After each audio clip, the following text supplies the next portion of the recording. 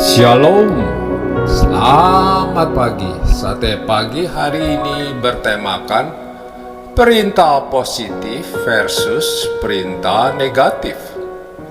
Adapun firman Tuhan terambil dari Matius pasal 7 ayat 12. Segala sesuatu yang kamu kehendaki supaya orang perbuat kepadamu, perbuatlah demikian juga kepada mereka. Itulah isi seluruh hukum Taurat dan kitab para nabi.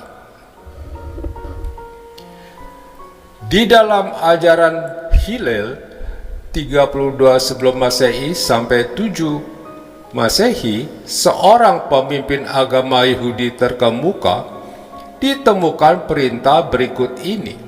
Segala sesuatu yang tidak kamu kehendaki supaya orang perbuat kepadamu, janganlah perbuat demikian kepada mereka.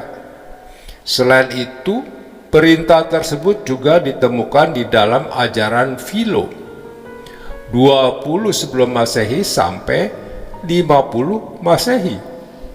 Seorang filsuf Yahudi terkemuka, bahkan perintah itu juga terdapat di dalam ajaran-ajaran para pemimpin agama atau para filsuf lainnya di luar agama Yahudi. Perintah tersebut memang begitu indahnya mengatur cara hidup manusia untuk menciptakan kebahagiaan di dalam hidup seseorang dan menciptakan keharmonisan di dalam pergaulan masyarakat. Perintah ini dikenal dengan istilah The Golden Rule atau kaidah emas.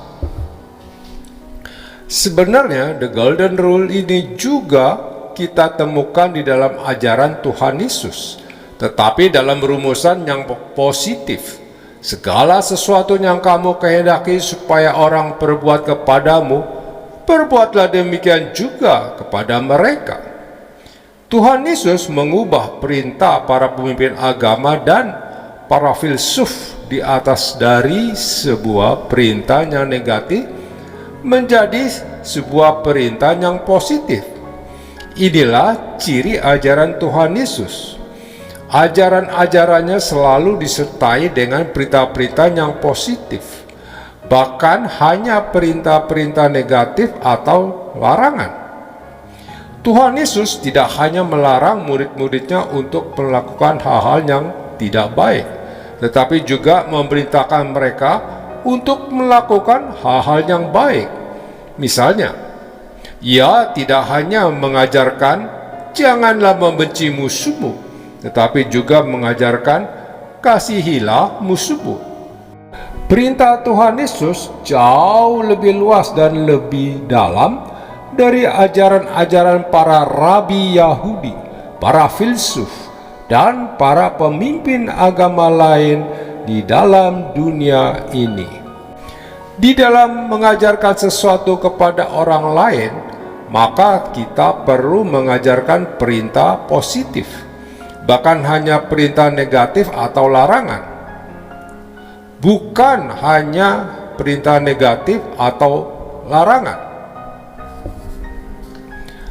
Misalnya, di dalam mendidik para pemuda dan remaja, kita tidak boleh hanya melarang mereka terlibat dalam hal-hal yang tidak benar, tetapi kita juga perlu mendorong mereka untuk melakukan hal-hal yang benar. Contohnya, jangan hanya melarang mereka masuk ke tempat-tempat hiburan malam, tetapi juga perlu memerintahkan mereka untuk rajin ke gereja dan terlibat dalam komunitas pemuda gereja, dan jangan hanya melarang mereka untuk menyontek pada saat ujian, tetapi juga memerintahkan mereka untuk rajin belajar sehingga mendapat nilai yang memuaskan.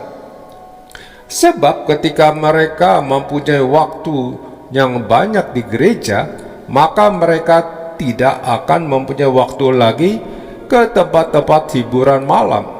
Ketika mereka rajin belajar, maka mereka tidak perlu lagi menyontek pada saat ujian.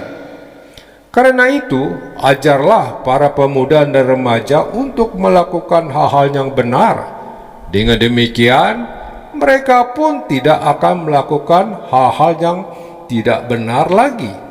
Inilah tugas penting gereja dan para orang tua Kristen. Amin. Mari kita berdoa. Bapa Surgawi, bimbinglah para orang tua dan gerejamu untuk mengajarkan para pemuda hal positif, bukan hanya melarang mereka hal yang negatif.